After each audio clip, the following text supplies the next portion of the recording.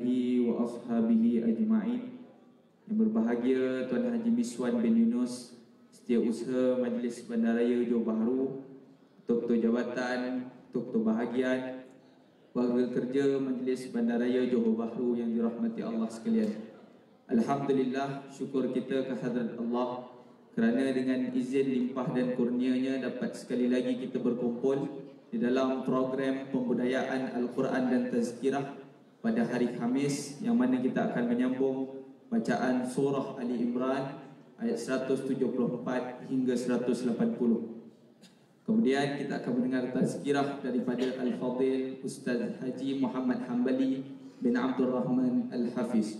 Sebelum kita memulakan majlis kita, marilah kita sama-sama membaca selawat tafrijiyah dan Asma'ullahul Husna yang akan dipimpin oleh Al-Fadil Tuan Haji Saleh. Dipersilakan. Bismillahirrahmanirrahim.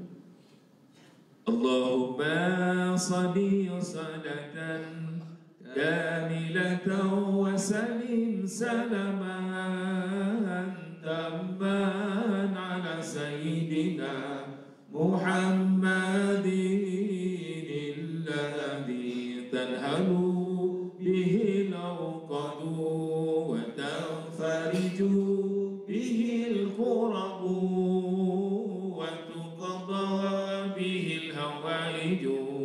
وتنال به الرغائب وحسن الخواتيم ويستسقى الغمام بوجهه الكريم وعلى آله وصحبه في كل لمحات ونفس بعدد كل معلوم الله. اللهم صل صلاة كاملة وسلم سلاما تاما على سيدنا محمد تنهل به العقد وتنفرج به الكرب وتقضى به الهوائج وتنال به الرغائب وحسن الخواتيم ويستسقى الغمام الكريم وعلى آله وصحبه في كل لمحات ونفس بعدده كل معلوم الله. اللهم صل صلاة كاملة وسلم سلاما تاما على سيدنا محمد الذي تنهل به العقد وتنفرج به الكرب وتقضى به الهوائج وتنال به الرغائب وحسن الخواتيم ويستسقى الغمام بوجهه الكريم وعلى آله وصحبه في كل لمحات ونفس بعدد كل معلوم الله. اللهم صل وسلم وبارك عليه. نسألك يا من هو الله الذي لا إله إلا هو الرحمن الرحيم الملك القدوس السلام المؤمن المهيمن العزيز الجبار المتكبر الخالق البارئ المصور الوفار القهار الوهاب الرزاق الفتاه العليم القابض الباسط الخافض الرافع المعيذ المذل السميع البصير الحكم العدل اللطيف الخبير الحليم العظيم الغفور الشكور العلي الكبير الحفيظ المقيم الحسيب الجليل الكريم الرقيب المجيب الواسع الحكيم الودود المجيد الباعث الشهيد الحق الوكيل القوي المتين الولي الحميد المحسن المبدع المعيد المحيي المميت الحي القيوم الواجد الماجد الواحد الصمد القادر المقتدر المقدم المؤخر الأول الآخر الظاهر الباطن الوالي المتعالي البر تواب المنتقم العفو الرؤوف المالك الملك ذو الجلال والإكرام المقسط الجامع الغني المغني المانع الضار الدافع النور الهادي البديع الباقي الوارث رشيد الصبور الذي ليس كمثله شيء وهو السميع البصير اللهم صل أفضل صلاة على أسعد المخلوقات كسيدنا محمد وعلى آله وصحبه وسلم عدد معلوماتك ومداد كلماتك كلما ذكرك ذاكرون وغفل عن ذكره الغافلون.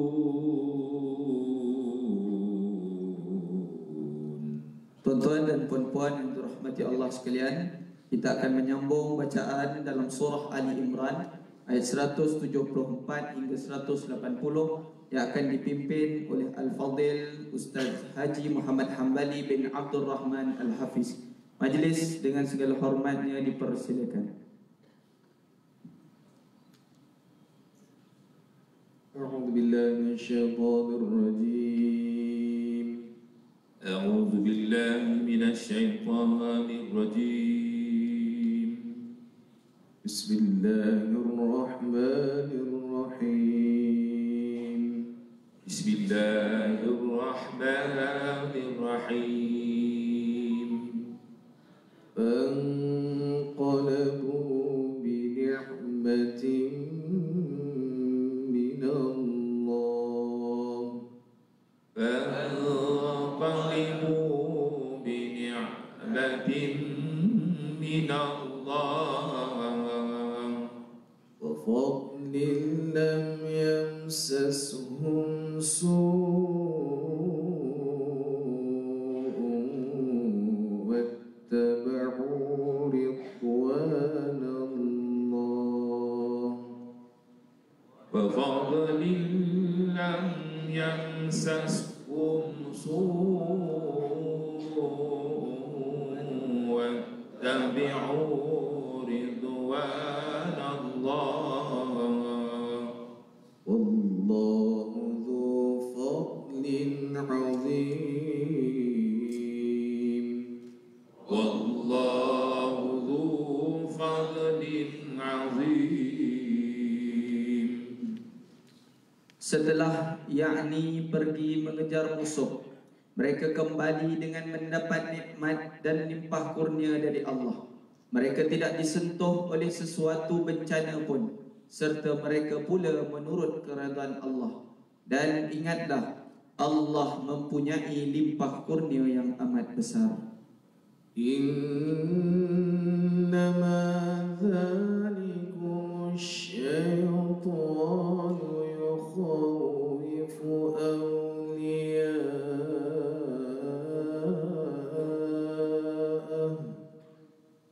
إنما ذلكم الشيطان يخوف أولياءه فلا تخافوهم وخافون إن كنتم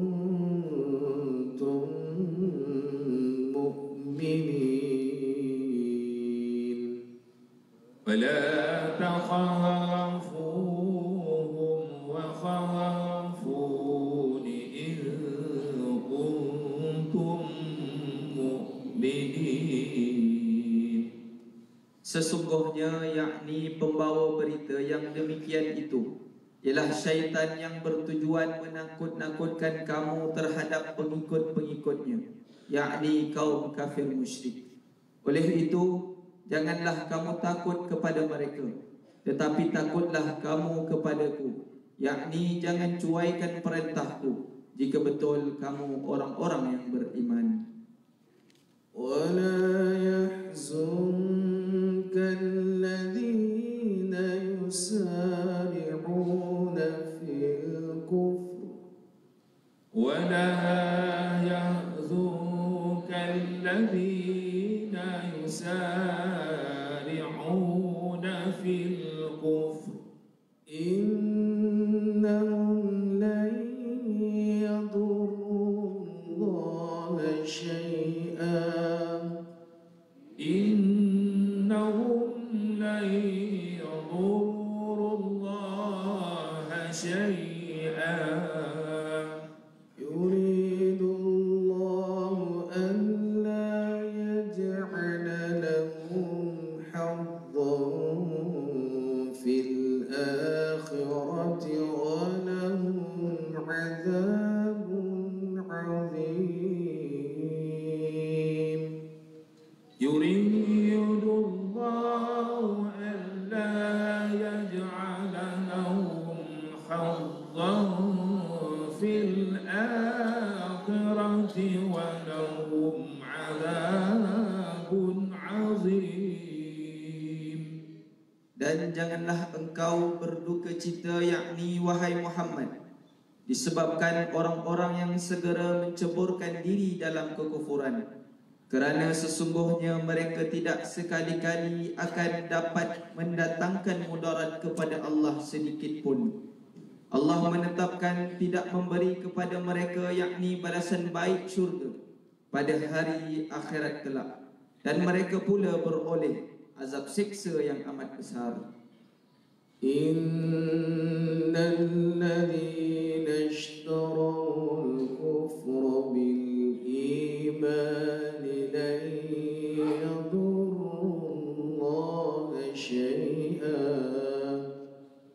إن الذين اشتروا الكفر بالإيمان لن يضروا الله شيئا ولهم عذاب أليم ولهم عذاب أليم.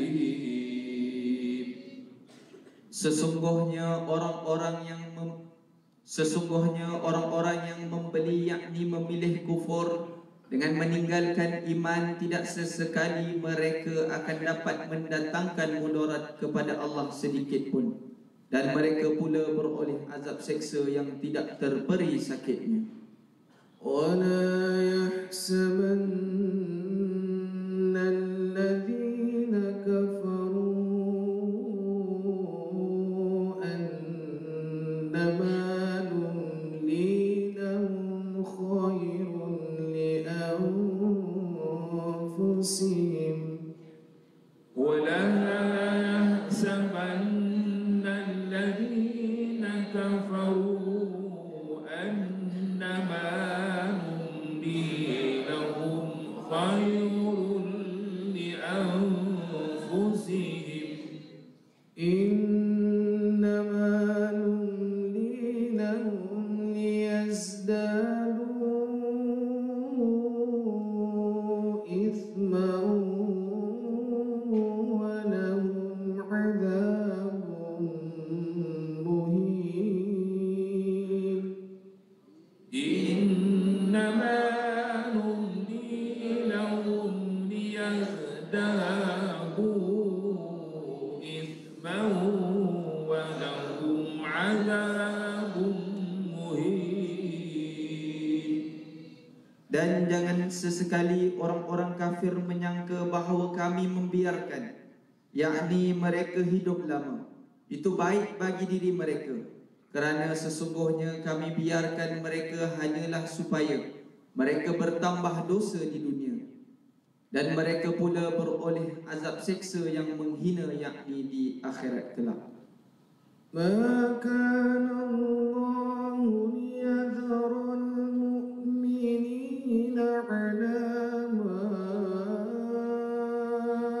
أنتم عليه حتى يميز الخبيث من الطيب ما كان الله ليذر المؤمنين على ما أنتم عليه حتى يميز الخبيث من الطيب وما كان الله ليطلعكم على الغيب ولكن الله وما كان الله ليطلعكم على الغيب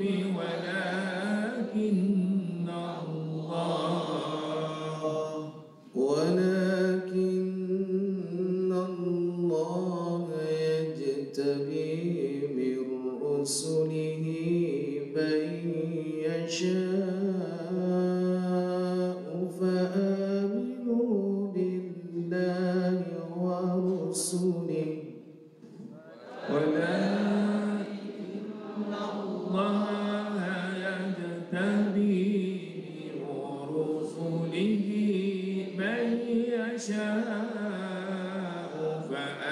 فآمنوا بالله ورسله وإن تؤمنوا وتتقوا فلكم أجر عظيم وإن تؤمنوا وتتقوا فلكم أجر عظيم.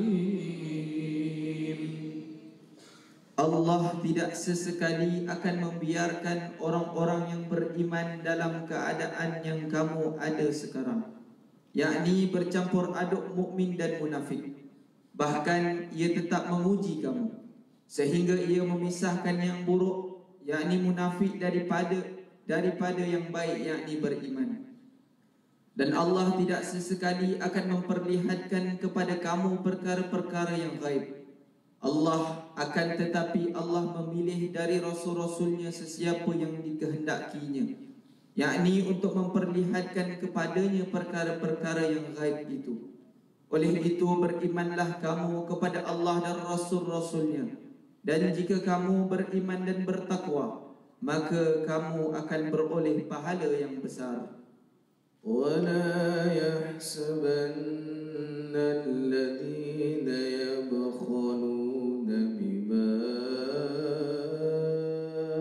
آتاهم الله من فضله ولا يحسبن الذين يبخلون بما آتاهم الله من فضله هو خيرا لهم بل هو شر لهم هو خير لهم بل هو شر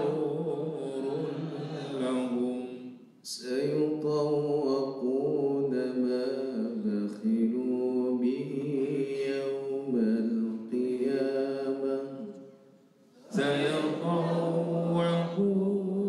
ما بخلوا به يوم القيامة ولله ميراث السماوات والأرض ولله ميراث السماوات والأرض والله بما تعملون خبير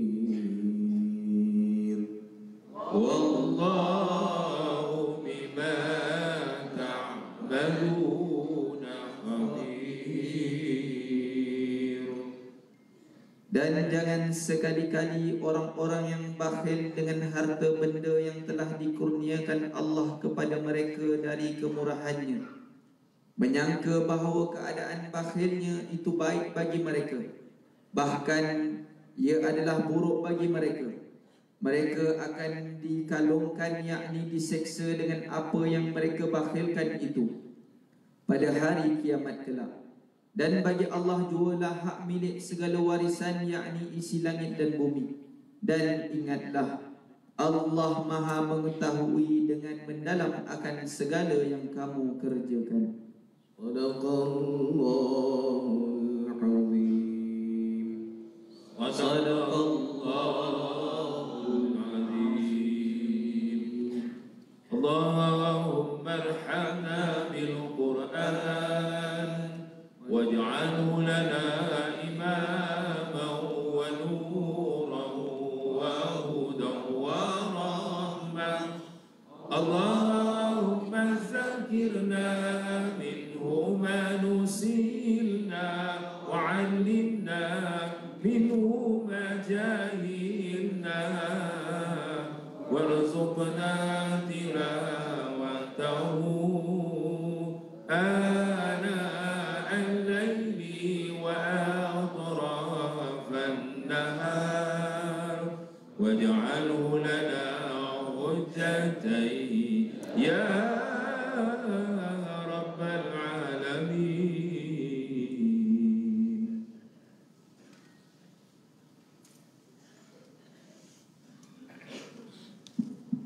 Bismillahirrahmanirrahim. Assalamualaikum warahmatullahi wabarakatuh. Bismillahirrahmanirrahim. Alhamdulillahi rabbil alamin. Sallallahu wasallam ala rasulihil karim Sayyidina wa habibina wa syafi'ina Muhammad bin Abdillah rasulihil amin wa ala alihi wa ashabihi والتابعين وتابع التابعين لهم بإحسان إلى يوم الدين.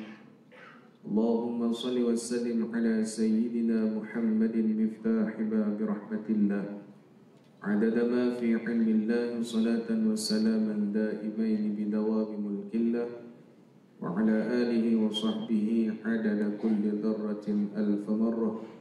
سبحانك لا علم لنا إلا ما علمتنا إنك أنت العليم الحكيم. ولا حول ولا قوة إلا بالله العلي العظيم أما بعد. Jazakumullah khair jazak yang saya muliakan kepada Tuan Setiausaha Majlis Bandaraya Johor Bahru dan Setiausaha dan seluruh barisan kepimpinan tertinggi Majlis Bandaraya Johor Bahru, seterusnya kepada ketua jabatan dan barisan kepimpinannya, dan kepada muslimin muslimat hadirin hadirat yang dimuliakan oleh Allah Subhanahu wa taala. Alhamdulillah, kita bersyukur kepada Allah Subhanahu wa taala pada pagi ini, minggu yang pertama pada pemberian nikmat oleh Allah Subhanahu wa taala kepada kita dengan panjangnya umur dan nikmat yang sihat. Kita dapat merasai pada ketika ini dengan pemberian Allah Subhanahu wa taala, dan kita sedang melalui kepada janji-janji yang telah disebutkan oleh baginda Rasulullah sallallahu alaihi wa ala alihi wa baraka wasallam. Kita berada kepada satu fasa yang lain, yaitu fasa yang akan memberikan kepada kita dengan perubahan yang pelbagai.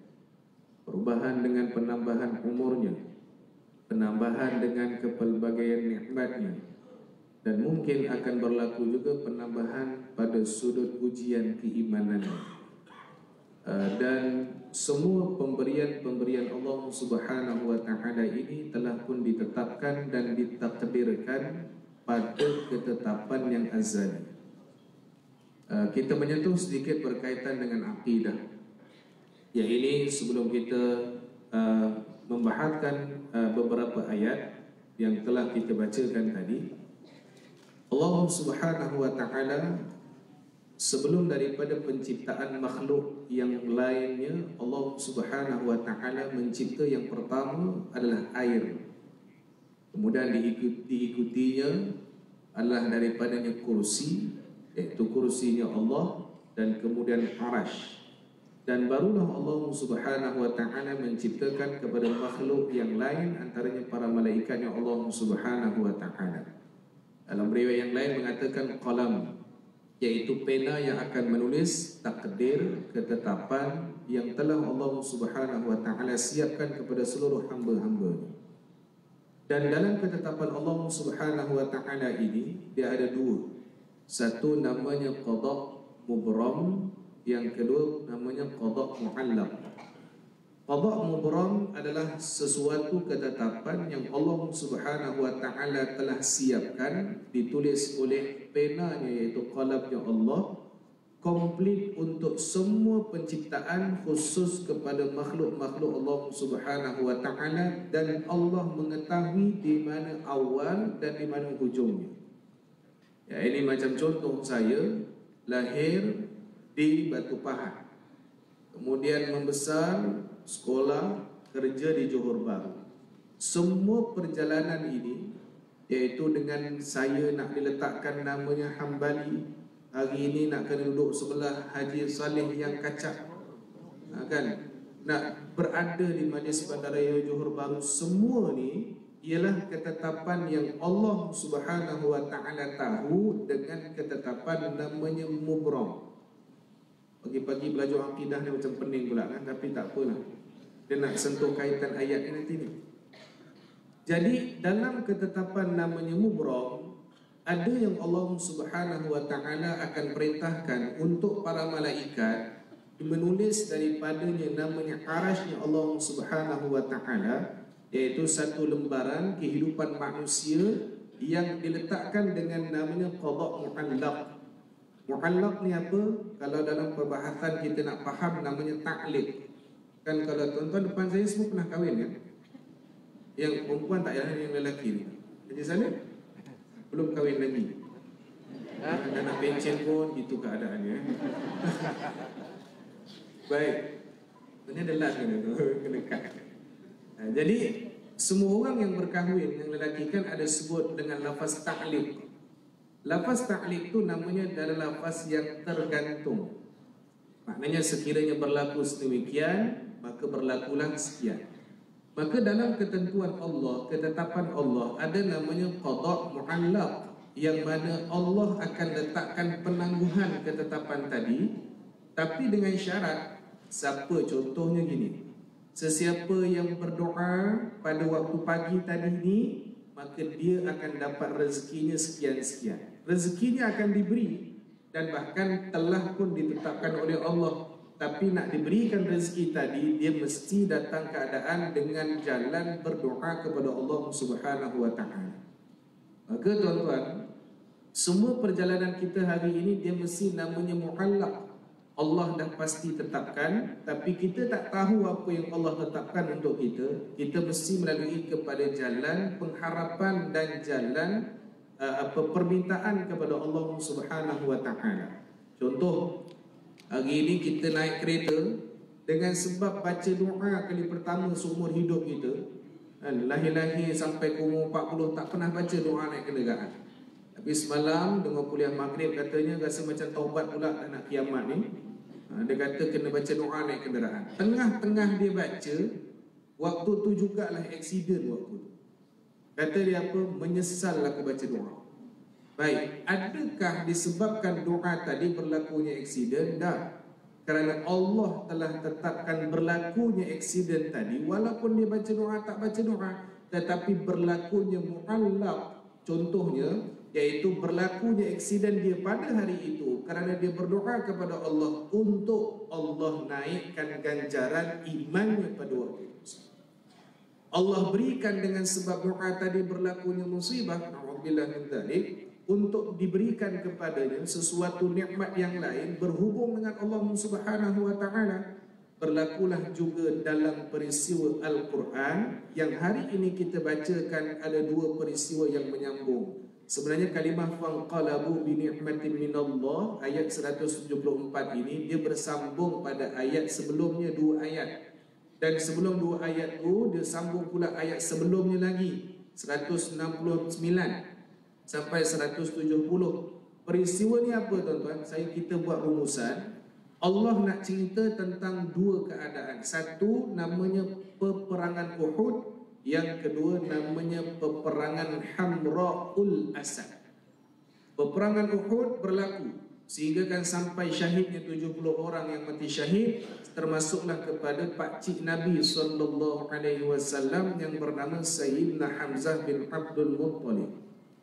Kewafatan dan syahidnya Sayyidina Hamzah menyebabkan hati Nabi ni, istilah bahasa kita, remuk, rasa sedih, rasa pilu. Kerana apa? Kerana kematian pakcik yang dia sangat dia sayang. Tapi oleh sebab berlakunya ketentuan dan ketetapan tadi, tuan-tuan tengok macam mana Nabi merespon dengan takdir, macam mana Nabi SAW respon dengan ketetapan. Dia tak update dalam Facebook, contoh. Dia tak buat live TikTok, minta maaf gini kita accident, tak. Ada. Dan dia bukan rasa seronok dengan nikmat tadi. Alhamdulillah ini selfie dengan Haji Saleh hari itu. Kan? Saleh memang kena sampai ujung ya. Nak katanya Nabi SAW menerima semua itu dengan ketetapan. Maka hari ini kita perlu mendidik diri kita berjalan dengan ketetapan Allah. Disebutkan dalam kitab Syekh Daud Al-Fatani, apa dia? Ni mata kita yang berkelip sekali ni pun di bawah kekuasaan dan pengetahuan Allah. Jadi kita nak bawa hari ini tuan-tuan, tahun yang baru adalah untuk bawa diri kita ini, kita kena berjalan di bawah takluk dan kekuasaannya Allah, bukan di bawah jalannya takluk dan kekuasaan diri kita sendiri. Kerana nanti kita akan mendapatkan hujungnya apa dia? Nikmat orang yang meletakkan kebergantungan kepada Allah Subhanahu wa ta'ala. Baik. Kita cerita ni dulu dan kemudian kita akan masuk di punya khulasah yang telah dibawa oleh para ulama tafsir. Jadi Nabi SAW menerima dalam peperangan Uhud ni macam mana tuan-tuan? Masyhur kita tahu peringkat ada beberapa orang kafir Quraisy yang telah berjaya untuk menyakitkan tubuh jasad Nabi SAW. Ada daripada kalangan kafir Quraisy yang ambil batu besar, letak ketuk kepala Nabi SAW. Waktu itu Nabi sedang memakai topi besi. Dan waktu tersebut ada yang menyekat kepada perjalanan Nabi, buat satu jerat dan Nabi tersungkur. Nabi tersungkur ni dahsyat yang sampai melukakan Nabi. Nabi tak boleh sembahyang berdiri setelah itu. Jadi Nabi sembahyang Zuhur dan Asar secara duduk. Di mana? Dekat Mabahat Uhud, iaitu di belakang Maharis Uhud, di bahagian belakang pergunungan Uhud. Siapa yang pernah pergi umrah ataupun pergi haji, pergilah tempat yang disebutkan dalam peristiwa Nabi solat dalam keadaan duduk di bahagian belakang pergunungan Uhud. Kena pergi tuan-tuan, jangan asyik nak pergi Kakiah saja. Ada. Hari ni sekarang dekat Mekah namanya Kakiah. Ni tahu? Tak tahu. Kita bincang Kakiah hari ni orang sibuk pergi. Hari ni pergi Madain Soleh di Madinah, tempat yang tidak ada faedah untuk kita datang. Bukanlah tak ada faedah Kakiah tu, faedah juga untuk kegembiraan orang di kampung kan. Sebab barang-barang tu lebih murah daripada Mekah. Tuan-tuan nanti kalau saya pergi umrah, tanya Mutawif Kakiah. Oleh sebab namanya Kakiah, jumpa orang kita bukan Kakiah jadi dia Kakiah. Dia nampak, dia punya nampak orang gana gitu Baik. Jadi Nabi SAW dalam keadaan menerima apa dia? Satu yang dahsyat. Nabi menerima ketetapan tadi. Nabi menerima penentuan daripada Allah dengan rasa, maknanya itulah sifat kehambaan Nabi SAW kepada Allah. Jadi Nabi berjalan, selepas itu apa Nabi buat? Nabi menyusun semula. Nabi dalam keadaan berselindung sebentar. Nabi menyusun strategi. Nabi menyusun kepada para sahabat yang lain, dan akhirnya menemui kepada kemenangan. Tuan-tuan, berapa ramai sahabat yang cedera? Ramai. Yang syahid 70. Nabi balik daripada peperangan Uhud. Waktu itu Allah turunkan wahyu kepada Nabi SAW lagi. Kata Allah, wahai Rasulullah, ni orang kafir tak puas hati sebab kau tak mati lagi. Dan ramai lagi orang-orang muslimin yang tak dapat dibalas dendam oleh orang kafir. Ini susulan daripada peperangan Badar. Waktu tersebut umat Islam baru sahaja sampai di Madinah daripada Uhud. Yang cedera dah balik awal, yang tewas semua dah dibawa balik awal, yang dah baki saki-baki ni yang baru menang baru sampai. Tuan-tuan, berapa beza peperangan Uhud dengan peperangan yang kedua di Hamra'ul Asad? Hanya sehari sahaja. Sehari Nabi balik ke Madinah, Allah suruh kepada Nabi apa dia? Kamu kena siapkan balik tentera untuk melawan kepada orang kafir Quraisy yang dipimpin oleh Abu Sufyan. Katanya apa? Abu Sufyan sedang menyusun nak balas dendam balik sebab tak puas hati ni. Kenapa mereka boleh kalah? Sebab pusingan pertama mereka menang. Maka waktu tersebut menyusun balik dan mereka letakkan lagi dalam pimpinan Abu Sufyan bawa untuk serang balik umat Islam. Tuan-tuan, Nabi SAW baru habis perang. Kata Sayyidatina Aisyah kepada Rasulullah, wahai Rasulullah, ada tak perkara yang lebih teruk dan lebih dahsyat yang pernah kamu hadapi selain Uhud? Bermakna apa? Uhud adalah satu perang yang sangat dahsyat yang dihadapi oleh Nabi SAW. Gigi Nabi, gigi gerham Nabi patah. Dalam keadaan Nabi tak boleh sembahyang berdiri. Luka Nabi dahsyat pada wajah Rasulullah. Sayyidina Uwais Al-Qarani radhiyallahu anhu, kasihnya dengan Nabi SAW disebutkan dalam riwayat, satu hari waktu malam tiba-tiba dia mencabut gigi gerhamnya dekat dalam rumahnya. Habis cabut berdarah ni, orang tanya, mak dia tanya, apa cerita kau dicabut gigi kau? Kata dia apa? Wahai ibuku, Rasulullah aku dengar hari ini dalam perang Rasulullah punya gigi patah. Maka aku patahkan gigi aku ni untuk merasai apa yang diharasai oleh Nabi SAW. Ini saya cerita je tuan-tuan. Kalau saya hadapi, saya tak cabut gigi saja, hilanglah handsome kan? Tapi dibuat oleh siapa ni? Sayyidina Uwais Al-Qarani radhiyallahu ta'ala anhu, untuk cerita dahsyatnya peperangan Uhud. Dah dahsyat, kalah pula dengan ramai para sahabat yang syahid. Dalam keadaan kekalahan dibela semula oleh Nabi, kemudian dah balik menang ni baru habis sehari. Waktu itu Allah perintahkan Nabi untuk siapkan tenteranya lagi sekali. Bermakna tuan-tuan, saya cukup yakinlah MBJP ni antara makhluk yang tak pernah lihat. Yang kerja dekat MBJP ni saya rasa dia tak pernah lihat. Betul tu Nampak dia senyum datuk kita, tapi penuh dalam kepala dia ni, ya Allah, Haji Saleh tak apalah nak pencet, nampak tenang gitu hidupnya. Baik. Jadi kita, keadaan kita, dia akan melalui satu proses ketetapan demi ketetapan, ketetapan demi ketetapan. Jadi yang diajar dalam agama, iaitu dalam Al-Quran yang kita nak sentuh ini, adalah apa dia? Nabi SAW tak pernah letakkan putus asa dan tak pernah salahkan takdir pada waktu itu. Tapi Nabi berjalan dan merasai nikmat takdir. Maknanya Nabi SAW merasai dan berjalan dengan ketentuan tadi.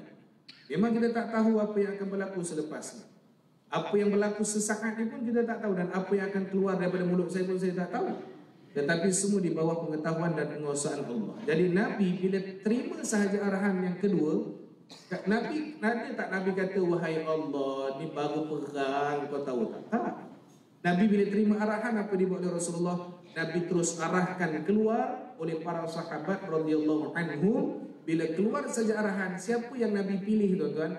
Yang pergi perang Uhud. Bukan yang lain. Yang pergi perang Uhud. Mana contoh ni contoh. Dia baru pasang kemah hari ni, lepas tu kena cabut kemah. Pasang kemah tempat lain pula, lepas tu kena cabut lagi, pasang kemah lain. Contoh. Dia tak pernah lihat untuk kerja arahan-arahan yang tadi. Dengan sebab arahan tu datang daripada Rasulullah. Allah sebut apa dalam Al-Quran? Alladzina istajabu li rabbihim. Dan Allah sebut mana tadi? Allah sebut alladzina istajabu lillahi war rasul min ba'di ma asabahumul qarh. Saya ambil 2 ayat sebelum. Allah kata apa? Saat Nabi berikan arahan dan mereka ikut arahan Nabi SAW tadi, alladzina istajabu lillahi war rasul, mereka terima dan sahut arahan Rasulullah, min ba'di ma asabahumul qarh, setelah mana mereka menghadapi kesukaran dan kepayahan dalam perang. Dan mereka menemui bekas-bekas daripada sakitnya perang. Dan Allah kata apa? Lilladzina ahsanu minhum wattaqau ajrun 'adzim alladzina qala lahumun nasu innan nasa qad jama'u lakum fakhshawhum fazadahum imana.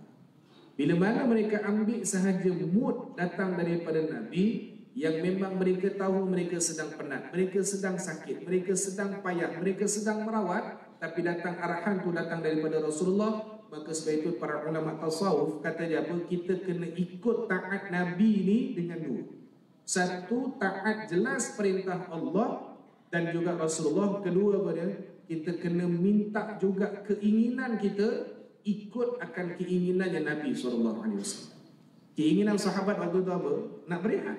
Keinginan sahabat waktu itu apa? Nak bertenang, baru habis perang.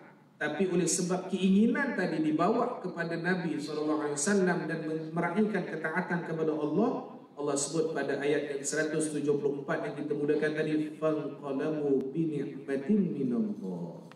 Maka Allah akan balikkan semula, Allah akan berpalingkan daripada perkara-perkara yang kita rasa beban tadi, ni'matin minallah.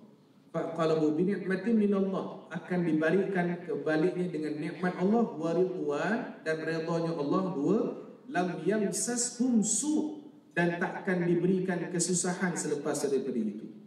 Maka tuan-tuan, pengajaran pertama yang kita nak ambil, para sahabat lepas peperangan Uhud, kesusahan, kepayahan, kemudaratan dan dipunya luka-luka yang ada, datang satu arahan daripada Rasulullah SAW.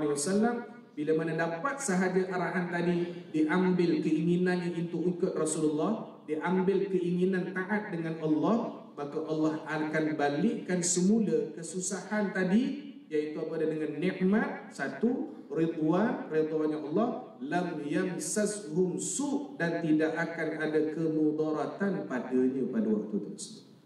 Jadi tuan-tuan, muslimin muslimat, hadirin hadirat, untuk kita mengambil kepada tahun baru 2023 ini, kita kena ambil pada zaman kita adalah zaman kena perbaiki iman. Zaman kita adalah zaman perbaiki iman. Kita tahu tentang teknologi, keadaan sosial, semuanya akan makin berkembang dan semakin hebat. Apa jua perjalanan yang kita nak raihkan hari ini, kita kena bawa iman kita pada waktu ini. Tuan, kita berada fasa-fasa yang akhir. Dan macam mana untuk hidup sebagai seorang Muslim, sebagai seorang hamba Allah yang tak ada Nabi, Allah letakkan dalam suratul Kahfi contoh 7 orang pemuda yang mana mereka hidup dengan raja yang zalim, fitnah yang sangat dahsyat, luar biasa dia punya tekanan kehidupan mereka, keterpaksaan mereka untuk memeluk agama selain Islam. 7 orang yang kaya keluar daripada tempat kemewahan mereka, duduk dalam gua semata-mata nak jaga iman. Waktu tersebut Allah rakamkan nama ceritanya dalam suratul Kahfi, dan akhirnya Allah tidurkan dia 309 tahun, dan Allah Subhanahu wa taala menggembirakan mereka, bangkit mereka ni, negara mereka yang mereka tinggalkan itu telah pun ditakluk dengan pimpinan Islam pada waktu tersebut. Para ulama tafsir kata apa? Mereka hidup pada waktu tersebut tidak ada seorang nabi pun yang diutuskan. Kita juga hidup pada zaman ni tuan-tuan, tidak ada nabi yang diutuskan melainkan syariat yang ditinggalkan. Maka kita kena bawakan diri kita untuk hadapi tahun-tahun yang akan datang. Semua perkataan nabi akan berlaku. Kita tentang akhir zaman, kiamat. Dan tuan-tuan, fasa ini kalau tuan-tuan buka dalam kitab Ziarah ke Alam Barzakh yang dikarang oleh Imam Jalaluddin As-Suyuti radhiyallahu ta'ala anhu ardah, Imam Jalaluddin As-Suyuti bawakan, dia katakan kalau berlaku 6 perkara. Sebelum tu bab ceritanya apa? Dia kata tak boleh kita minta mati melainkan 2 tempat. Satu Mekah, yang kedua Madinah. Lebih-lebih diutamakan Madinah. Sebab itu siapa yang pergi Mekah, pergi umrah sampai Madinah, doa sungguh-sungguh supaya Allah matikan dekat Madinah.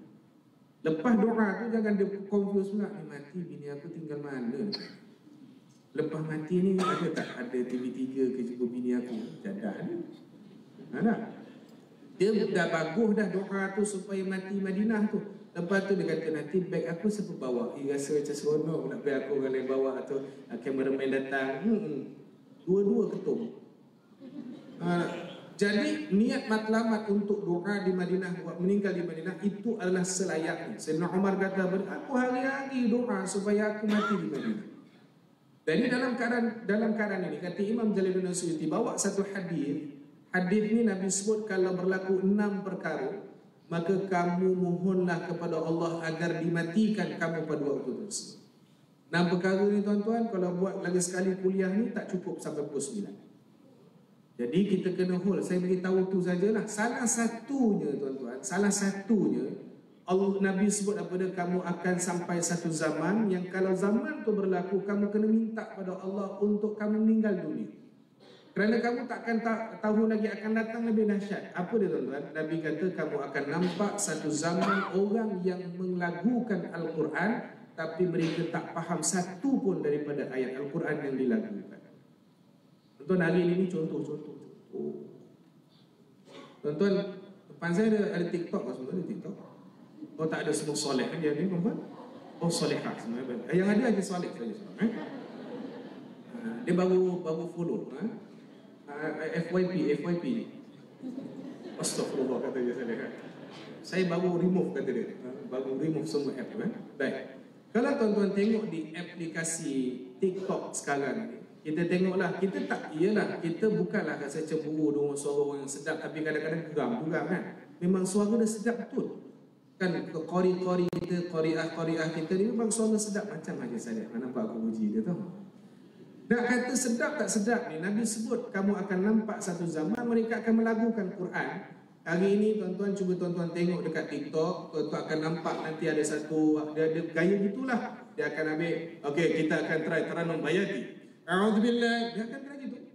Dan kemudian dia try orang lain. Ayat yang dibaca terkadang cerita neraka pun dia tak tahu yang cerita tu cerita neraka. Yang bahkan dia akan ulang-ulang seronok dengan Quran. Yang hari ini pula apa Taranum Nahwan daripada Indonesia viral. Kemudian semua ikut. Akan wayadul insanu bisyarri du'aahu bil khair. Itu cerita apa tu? Satu orang pun dia takkan tahu apa ayat yang dikandung oleh Allah Subhanahu wa taala. Zaman tu kata Nabi, kalau kamu sampai zaman tu kamu kena minta mati pada Allah. Antaranya apa lain? Antaranya lain kata Nabi, kamu akan nampak zaman yang mana permusuhan itu berlaku semua tempat. Iaitu apa dia? Kamu akan nampak putus silaturahim semua tempat. Di MBJB, di padang MBJB, semua tempat ni contoh. Maknanya semua tempat yang kamu akan nampak permusuhan. Dia akan sentiasa dalam keadaan kamu akan nampak, oh ni bergaduh dengan ni bergaduh dengan ni. Dia akan melibatkan apa dia? Silaturrahim. Kata Nabi, zaman tu akan datang. Dan kalau datang sampai pada kamu, mohon pada Allah untuk dimatikan juga pada waktu itu. Antara yang lain apa dia? Polisi. Nabi sebut dengan jelas. Polisi maknanya yang memang tak tentu hala. Perubahan-perubahan yang kadang-kadang tak tahu apa matlamat, peraturan-peraturan dan pelbagai keadaan. Ini tuan-tuan boleh rujuk dalam kitab Imam Jalaluddin As-Suyuti radhiyallahu anhu, cerita 6 perkara. Ada hadis-hadis yang berbeza tapi 6 Nabi sebut, 2 tu Nabi ulang banyak kali. Silaturrahim dengan orang yang melakukan Al-Quran. Ini tuan-tuan, ayat Al-Quran yang kita nak cerita ni untuk balik kepada kita dengan keimanan, nikmat dengan beriman, seronok dengan amal, seronok dengan ibadat. Itulah jalan yang Allah akan fanqalabu bi ni'mah. Allah akan tukarkan ketaatan yang kita buat, walaupun payah, walaupun hati tak suka. Contohlah kan hari Khamis MBJP kena datang kat sini. Nak kena masuk parking, kena naik tingkat, selama ada eskalator laju. Kan? Sampai-sampai kemudian nak kena apa nama tu? Ni apa? Ni apa je? Tamprin. Aja sana macam tawaduk je jawab insya-Allah. Sampai ke hujung tawaduk Jadi maknanya kita nak kena buat ni semua kepayahan, tapi dalam kepayahan tu ada nikmat, majlis ilmu, ada selawat, ada Quran, ada kuliah, bersilaturrahim, berkenalan, semua ni tuan-tuan Allah akan kata fanqalabu bi ni'mah. Kami akan tukarkan kepada kamu nikmat. Maka tuan-tuan muslimin-muslimat hadirin hadirat yang dimuliakan oleh Allah, sebagai khulasah pertemuan kita pada pagi ini, Allah cerita pada ayat 173 dan 174. Hari ini tuan-tuan, guru-guru kami pernah berpesan antara amalan yang boleh dibuat itu kalau manusia ini ada hajat. Hajat ni yang besar. Bila sebut hajat yang besar, kena buat banyak kali. Kalau buat banyak kali itu bermakna apa dia? Sampai kita rasa senang dengan amal tadi untuk mohon pada Allah. Apa dia? Tuan-tuan, ayat 173 dan 174 dibuat khusus untuk hajat. Hari ini kalau ada apa-apa hajat yang besar, dibuat bagaimana keadaan dia. Ada guru-guru kepada guru-guru kami lah bahaskan cerita yang sama, dan saya dapatkan banyak daripada guru-guru daripada Tarikh Hadramaut Maut, khususnya kepada guru kami yang mulia pernah ceritakan tentang amalan ini, itu daripada Fadlatul Habib Ali Zain Abidin, kemudian daripada Al-Fadhil Ustaz Muhadir, kemudian daripada Habib Jindan, kemudian kepada Habib Novel, dan pelbagai yang penceritaannya lebih kurang sama, iaitu amalan-amalan khusus berkaitan dengan hajat. Macam mana tuan-tuan? Ayat 173 dan 174 surah Ali Imran ini dilaksanakan setelah maghrib isyak. Habis bayar isyak, kemudian solat sunat hajat 2 rakaat. Hajat yang ringkas, surah Kafirun pertama, yang kedua suratul Ikhlas selepas Fatihah. Habis sahaja solat hajat, dia tak payah sujud yang lama. Habis tu maka doa, iaitu dengan apa istighfar, kemudian selawat, macam biasalah mukadimah untuk kita beramal. Masuk habis sahaja memuji, selawat, zikir, istighfar semua tu, maka baca ayat 173 tu dulu. Alladzina qala lahumun nasu innan nasa qad jama'u lakum fakhshawhum fazadahum imana. Habis ayat tu kemudian ulang waqalu hasbunallahu wa ni'mal wakil 450 kali. Yang ulang tu hasbunallahu wa ni'mal wakil tu. Maknanya alladzina qala lahumun nasu innan nasa qad jama'u lakum fakhshawhum fazadahum imana wa qalu hasbunallahu wa ni'mal wakil hasbunallahu wa ni'mal wakil hasbunallahu wa ni'mal wakil 450 kali. Panjangnya. Yang pendek ada tak? Tak ada. Kau tengok bola 90 minit yang menang 4-1 tu, tak nak pula cakap pendek sikit waktu. Selamat menang kau. Dapat separuh akhir je tahu. Jangan tahu waktu sangat sampai bola pun tak tengok ni. Kena keluar dunia, kena keluar dunia aja. Enggak dah. Jadi habis saja 450 kali baru tutup dengan ayat 174. Maknanya habis wasbunallahu wa ni'mal wakil ke 450 tu, kemudian tutup fanqalabu bi ni'matin minallahi wa fadlin lam yamsasum su'un wattaba'u ridwanallah wallahu dzu fadlin 'adzim. Habis 174 tu, maka dibuat sekurang-kurangnya setiap hari sampai pada waktu tempoh seminggu.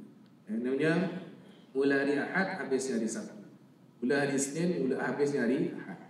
So seminggu ni sekurang-kurangnya kalau ada hajat yang besar.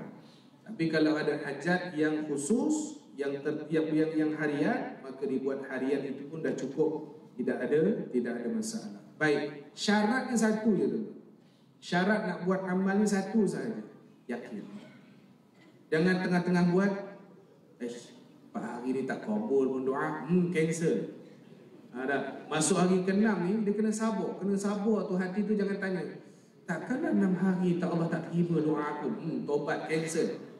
Ada, dia kena buat kali pertama balik. Jadi buat amal ni tuan-tuan, apa-apa pun dengan yakin.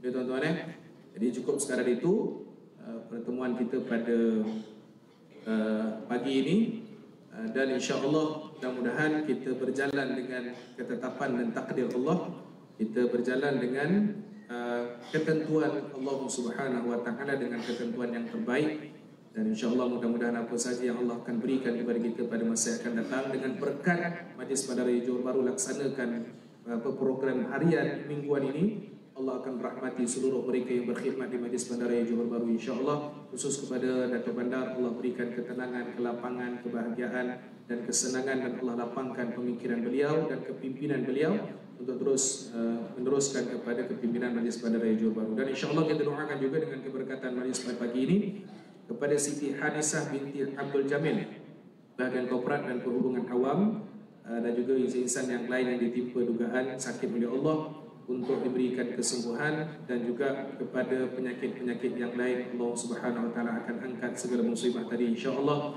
Allah berikan kemuliaan, Allah ampunkan dosa, Allah angkat darjat, Allah muliakan, Allah kasihkan, dan Allah beratkan timbangan mizan pada hari kiamat, insya-Allah. Semuanya dengan berkat, yaitu kepada baginda Nabi sallallahu alaihi wasallam, ala niyatin salihah jami'ah bil qabul wa la hadatur rasul Sayyidina Muhammadin wa ala alihi wa sahbihi syai'un lillahi lahumul Fatihah. A'udzu billahi minasyaitonir rajim. Bismillahirrahmanirrahim. Alhamdulillahi rabbil alamin, arrahmanir rahim, maliki yaumiddin. Iyyaka na'budu wa iyyaka nasta'in. Ihdinas siratal mustaqim, siratal ladzina an'amta 'alaihim ghairil maghdubi 'alaihim waladdallin. Allahumma 'allimna ma yanfa'una wanfa'na bima 'allamtana bi rahmatika ya arhamar rahimin. Sallallahu alaihi wasallam Muhammadin nabiyyi wa ala alihi washabbihi wa sallam. Alhamdulillahirabbil alamin. Maaf salah silap kekurangan, kesilapan. Jazakumullah khair jazaa. Min qawli hadza wa sallallahu alaihi wa sallam. Assalamualaikum warahmatullahi wabarakatuh.